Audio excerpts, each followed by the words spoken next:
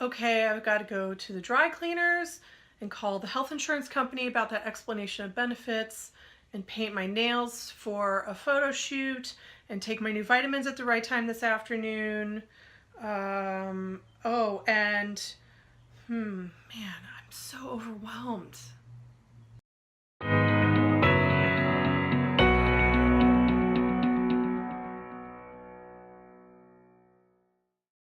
Hey y'all, it's Jenni Grover Procopi from chronicbabe.com with another AWAP Wednesday video. AWAP stands for as well as possible, and in all things, that's what I wish for you, to kick ass and take names no matter how sick you are. That's why I come to you every week with a fresh video and tips for how to craft an incredible life beyond illness. Yes, I know that you can. Okay, before you do anything else, subscribe to the Chronic Babe YouTube channel so you never miss another video. One of our fellow Chronic Babes wrote me an email recently asking if I would talk about overwhelm because she's feeling super overwhelmed now that she has to live with chronic illness. And she wondered what I felt if I ever experienced that. And I'm like, girl, I get so overwhelmed all the time. I am coping with a handful of chronic illnesses. I run my own business, so I've got a million different details to manage and project partners and emails and conference calls and travel. I have a couple of hobbies that I really love that are very fulfilling and also very time consuming, so I have to balance all that. I have a husband, I have friendships, I have kids I babysit once a week. I mean, I have a lot of stuff going on, so yes, overwhelm.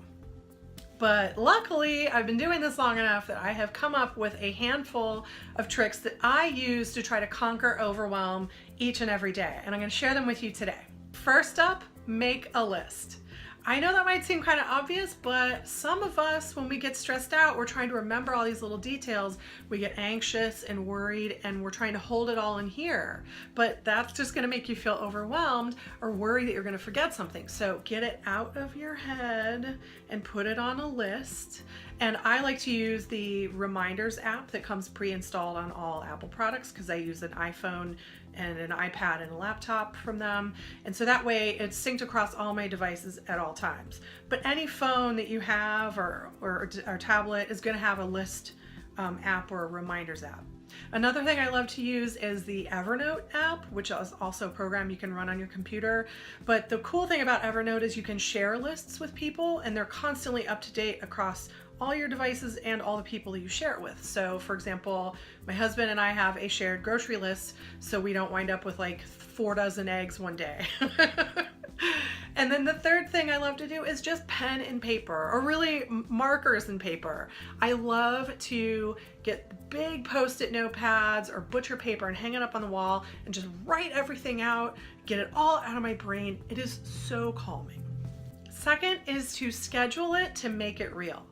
Now we have all these different tasks we try to accomplish every day, and you might find yourself, depending on your symptoms, having low days, low energy days, low pain days, or high energy days, or high pain days, and your schedule might get kind of out of whack. And suddenly days and days have drifted by and you haven't accomplished anything that you set out to do.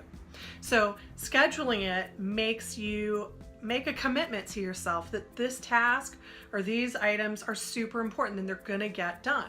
Now you may feel like I can't schedule anything because my body is so unpredictable and I get a flare up here and there, or maybe I have a surprise doctor visit. That's true.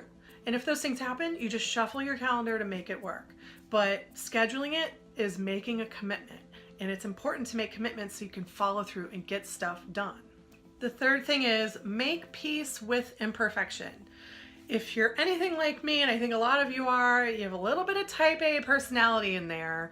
I used to be a crazy perfectionist, and it would stop me from finishing things, or I would obsess and worry that everything wasn't just right.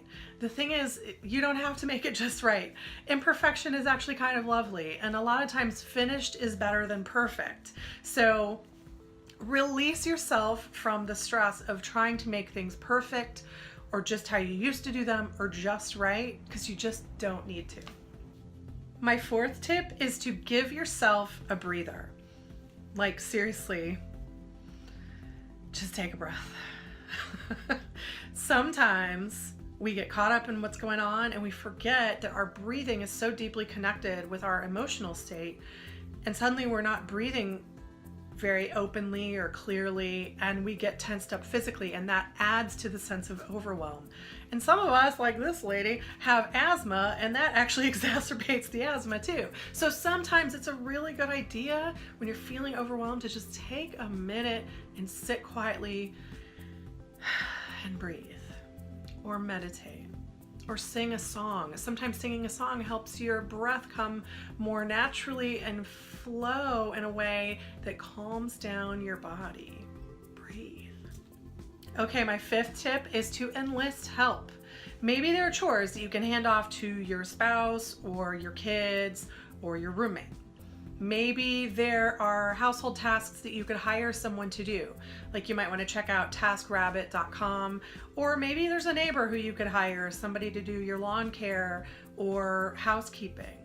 Maybe there are tasks at work that are just too overwhelming and you need to talk with your boss about how to share some of those responsibilities with a colleague.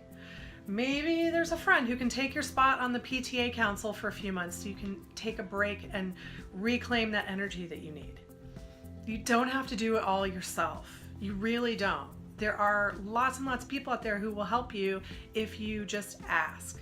Okay, I'm just scratching the surface here, babes. There are a lot of ways that you can work with overwhelm to calm it down, but I hope that these will get you started. Remember to use your tools and your personal network to conquer overwhelm. Thank you so much for watching today. I hope this has been helpful. Here's your assignment. I want to hear from you. What's one thing that you do every day to conquer overwhelm? Tell me in the comments below, or head on over to the blog at chronicbabe.com and share your story there. I really want to hear what you have to say. If you liked what you saw today, make sure you subscribe to the Chronic Babe YouTube channel so you never miss another video.